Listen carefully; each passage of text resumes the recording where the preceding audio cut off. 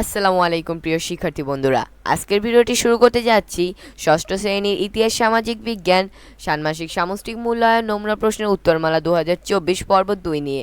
আজকের ভিডিওটি আপনাদের জন্য অত্যন্ত পরিমাণে গুরুত্বপূর্ণ হতে চলেছে যারা ষষ্ঠ শ্রেণীতে পড়তেছেন। আজকের ভিডিওটিতে আমরা আলোচনা করব দলগত কাজ নিয়ে এবং অনেক বড় বড় প্রশ্নের উত্তর আজকে আমরা দিয়ে দেব। এবং এই বিষয়ে আপনাদের যদি কোনো এক্সকিউজ থাকে তাহলে অবশ্যই আপনারা কমেন্টে লিখে জানিয়ে দিতে পারবেন। এবং আপনাদের উদ্দেশ্যে আরও একটা কথা, মূল্যায়নের আগের দিন রাতে আপনারা আমাদের চ্যানেলের দিকে একটু হলেও তাকাবেন। আপনাদের বিভিন্ন ধরনের 100% শিওর এই নির্দিষ্ট নির্দেশনাগুলো আমরা আপনাদের সামনে উপস্থাপন করব। তো আর কথা না বাড়িয়ে চলে যাওয়া যাক মূল ভিডিওতে যাওয়ার আগে বন্ধুরা, আপনারা যদি আমার চ্যানেলটাকে এখনও সাবস্ক্রাইব না করে থাকেন তাহলে প্লিজ দয়া করে চ্যানেলটিকে সাবস্ক্রাইব করে পাশে থাকা বেল আইকনটি অন করে দেবেন। এবং পর্ব 1 যারা দেখেননি তারা অবশ্যই আমাদের ডিসক্রিপশন বক্স চেক করবেন অথবা ফার্স্ট পিন কমেন্টে আপনারা পেয়ে যেতে পারেন। আর একটা কথা বন্ধুরা, আপনারা যদি এই যে আপনারা দেখতে পাচ্ছেন ষষ্ঠ শ্রেণী ইতিহাস সামাজিক বিজ্ঞানের যে প্রশ্ন এবং প্রশ্ন উত্তরমালা, এগুলো যদি ডাউনলোড করতে চান পিডিএফ ফাইলে তাহলে অবশ্যই ডিসক্রিপশন বক্স অথবা ফার্স্ট পিন কমেন্ট চেক করবেন, যেখানে আমি ডাউনলোডের লিঙ্ক দিয়ে দেবো। তো আজকের ভিডিওটি শুরু করা যাক। আজকের ভিডিওটি হচ্ছে ষষ্ঠ শ্রেণী ইতিহাস সামাজিক বিজ্ঞান। আপনাদের যে ষান্মাসিক সামষ্টিক মূল্যায়ন হতে চলেছে 15ই জুলাই 2024, সেই দিনে আপনাদের ইতিহাস সামাজিক বিজ্ঞান রয়েছে যারা ষষ্ঠ শ্রেণীতে পড়তেছেন আপনাদের। তো আপনাদের ধারণা দেওয়ার জন্য আমরা কয়েকটি প্রশ্ন রেডি করেছি এবং এই প্রশ্ন থেকে আপনাদের কমন পড়ার সম্ভাবনা রয়েছে। এবং বন্ধুরা, আপনারা নিশ্চয়ই খেয়াল করবেন যে গত প্রশ্নগুলো যে আপনাদের সামনে রয়েছে ছিল, আপনাদের গত মূল্যায়নের যে প্রশ্নগুলো, সেখানে কিন্তু একটা বিষয়ের উপরেই কিন্তু সম্পূর্ণ প্রশ্নটা সাজানো ছিল।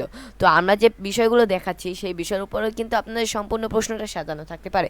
তো আর দেরি না করে চলে যাই আমাদের প্রশ্নে। আমাদের 1 নম্বর প্রশ্নে যেটা রয়েছে, ট্রাফিক নিয়ম সম্পর্কে সম্পূর্ণটা বলো। তো আমরা আমরা ট্রাফিক নিয়ম সম্পর্কে জানবো। তো উত্তর হিসাবে আমি লিখেছি, বাংলাদেশের ট্রাফিক নিয়ম খুবই গুরুত্বপূর্ণ এবং এদের মান্য করা সড়কে চলাচলকারীদের জন্য অপরিহার্য। এখানে কিছু গুরুত্বপূর্ণ ট্রাফিক নিয়ম উল্লেখ করা হলো। তো 1 নম্বরে লিখেছি ড্রাইভিং লাইসেন্স। গাড়ি চালানোর জন্য বৈধ ড্রাইভিং লাইসেন্স থাকা আবশ্যক। লাইসেন্স পেতে হলে নির্ধারিত পরীক্ষা ও প্রশিক্ষণ গ্রহণ করতে হয়। তারপর 2 নম্বরে বলেছি সিগন্যাল ও চিহ্ন। ট্রাফিক সিগন্যাল এবং সড়ক চিহ্ন মান্য করা বাধ্যতামূলক। লাল সিগন্যাল মানে থামতে হবে, সবুজ মানে চলা যাবে এবং হলুদ মানে প্রস্তুত থাকতে হবে। তারপর 3 নম্বরে স্পিড লিমিট। শহর ও হাইওয়েতে নির্দিষ্ট স্পিড লিমিট মান্য করতে হবে। স্পিড লিমিট অতিক্রম করা আইনত দণ্ডনীয় অপরাধ। তারপর 4 নম্বরে আমি বলেছি সিট বেল্ট। গাড়ির ড্রাইভার এবং সামনের সিটের যাত্রীদের সিট বেল্ট পরিধান করতে হবে। তারপর 5 নম্বর আর একটা রয়েছে, পিছনের সিটের যাত্রীদের সিট বেল্ট ব্যবহার করা উচিত। 5 নম্বরে বলেছি আমি মোবাইল ফোন ব্যবহার। ড্রাইভিং করার সময় মোবাইল ফোন ব্যবহার করা কঠোরভাবে নিষিদ্ধ। জরুরি প্রয়োজন হলে হ্যান্ডসেট ফ্রি ডিভাইস ব্যবহার করা যেতে পারে। 6 নম্বর হেলমেট। মোটরসাইকেল চালানোর সময় চালক এবং যাত্রী উভয়কেই হেলমেট পরিধান করতে হবে। হেলমেট পরিধান না করা আইনত অপরাধ। 7 নম্বর ওভারটেকিং।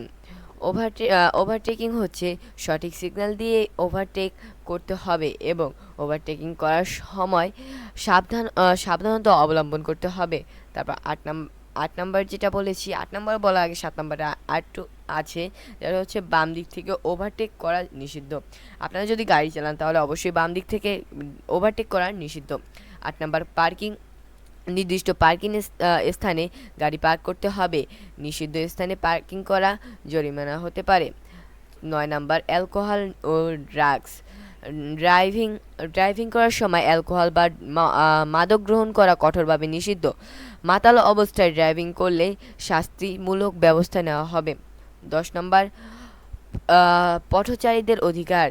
জেব্রা ক্রসিং বা পথচারী চলাচলের স্থানে গাড়ি থামাতে হবে। পথচারীদের নিরাপদে রাস্তা পারাপারের সুযোগ দিতে হবে। এই নিয়মগুলো মান্য করলে সড়ক নিরাপত্তা বজায় রাখা সম্ভব এবং দুর্ঘটনার সংখ্যা কমানো যায়। সব ড্রাইভার এবং পথচারীদের এসব নিয়ম মান্য করা উচিত। তো এটা ছিল আপনাদের 1 নম্বর প্রশ্নের উত্তর। 2 নম্বর প্রশ্নে এই যে আজকের পর্বে কিন্তু আমরা ট্রাফিক নিয়েই আলোচনা করছি, বিকজ আপনাদের বইয়ে একটা ট্রাফিক নিয়ে অত্যন্ত গুরুত্বপূর্ণ একটা বিষয় রয়েছে এবং এই ট্রাফিক নিয়ে কিন্তু আপনাদের পরীক্ষায় আসার সম্ভাবনা রয়েছে। যারা যারা ভিডিওটি দেখতেছেন তারা অবশ্যই চ্যানেলটিকে সাবস্ক্রাইব করে পাশে থাকা বেল আইকনটি অন করে দেবেন এবং কমেন্টে বলে যাবেন যে আপনাদের আপনাদের কোন জায়গায় কোন সমস্যা, আমি সবার রিপ্লাই দেওয়ার চেষ্টা করব। তো প্রশ্ন 2, ট্রাফিক নিয়ম মেনে চলে এমন দেশগুলোর নাম বলো। আপনাদের ট্রাফিক নিয়ম যারা যারা মেনে চলে এমন কয়েকটি উন্নত দেশের নাম আমি বলতে বলেছি।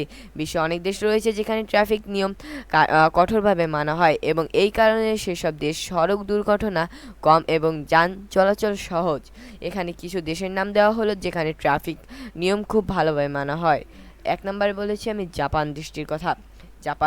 জাপানের ট্রাফিক নিয়ম খুবই কঠোর এবং সঠিকভাবে মানা হয়। ট্রাফিক সিগন্যাল এবং চিহ্নগুলি স্পষ্ট এবং ড্রাইভার ও পথচারীরা নিয়ম মেনে চলে। তারপর 2 নম্বরে সুইডেনের সড়ক ব্যবস্থা এবং ট্রাফিক নিয়মগুলি অত্যন্ত উন্নত। সেখানে স্পিড লিমিট, ড্রাইভিং লাইসেন্স এবং সিট বেল্ট ব্যবহারের নিয়ম কঠোরভাবে পালন করা হয়। 3 নম্বর সিঙ্গাপুরের ট্রাফিক নিয়ম ভাঙলে কঠোর শাস্তির ব্যবস্থা রয়েছে। ট্রাফিক সিগন্যাল, স্পিড লিমিট এবং সিট বেল্ট ব্যবহারের নিয়ম খুব গুরুত্বপূর্ণ সহকারে মানা হয়। তারপর 4 নম্বর জার্মানির অটোবান এবং অন্যান্য সড়কগুলি উন্নত এবং ট্রাফিক নিয়মগুলি সঠিকভাবে মানা হয়। ড্রাইভাররা সঠিকভাবে স্পিড লিমিট এবং অন্যান্য নিয়ম পালন করে।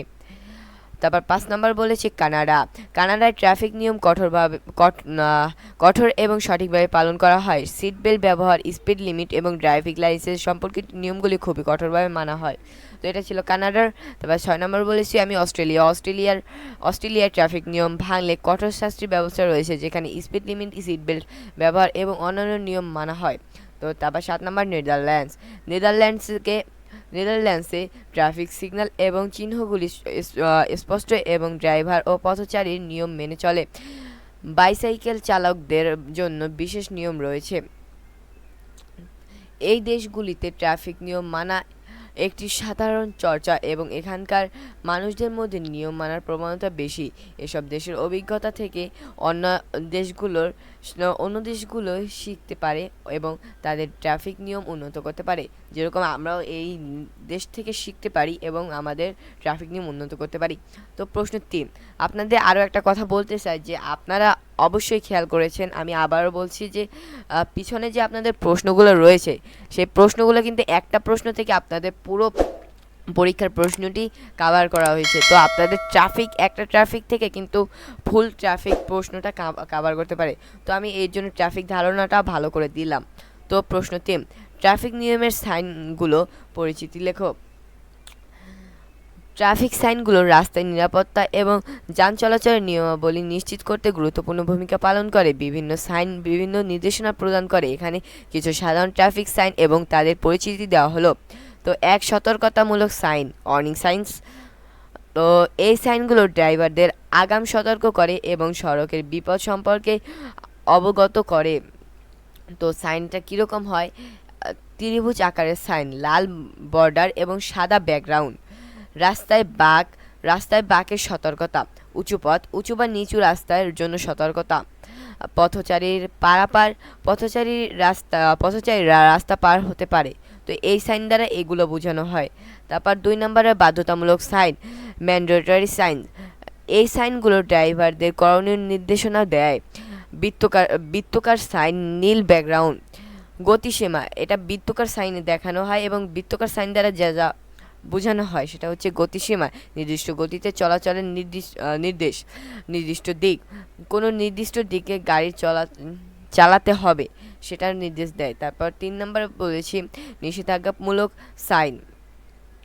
তো নিষেধাজ্ঞামূলক সাইনে যেটা হয়েছে সেটা হচ্ছে এই সাইনগুলো ড্রাইভারদের নির্দিষ্ট কাজ করতে নিষিদ্ধ করে। বৃত্তাকার সাইন, লাল বর্ডার এবং সাদা ব্যাকগ্রাউন্ড। গাড়ি প্রবেশ করা নিষেধ। এটা হচ্ছে আপনার এই যে বৃত্তাকার সাইন দিয়ে যেটা বোঝানো হয়। ওভারটেকিং করা নিষেধ, মানে আপনার কোনো গাড়ির ওভারটেক আপনারা করতে পারবেন না। হর্ন নিষেধ, আপনারা কোনো হর্ন বাজাতে পারবেন না। তারপর 4 নম্বরে তথ্য প্রদান সাইন, ইনফরমেশন সাইন্স। এই সাইনগুলো ড্রাইভারদের বিভিন্ন তথ্য প্রদান করে। আয়তকার সাইন, এটা চতুর্ভুজের মতো হয়। আয়তকারের সাইন, নীল বা সবুজ ব্যাকগ্রাউন্ড।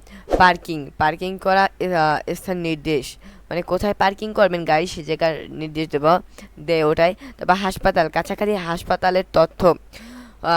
পেট্রোল পাম্প, পেট্রোল পাম্পের অবস্থান, এটা আমাদের ওই বৃত্তাকার সাইন থেকে বোঝানো হয়। দিক নির্দেশনা সাইন, ডিরেকশন সাইন যেটা বলা হয়, এই সাইনগুলো ড্রাইভারদের সঠিক পথে নির্দেশ করে। সবুজ আয়তাকার সাইন, গ্রন্থ ব্যবস্থানের দিক নির্দেশনা, আপনাদের গ্রন্থ ব্যবস্থানা, গ্রন্থ ব্যস্থলের আপনাদের নির্দেশনা দেয় এটাই। তারপর রাস্তার নম্বর, নির্দিষ্ট রাস্তার নম্বর নির্দেশ করে।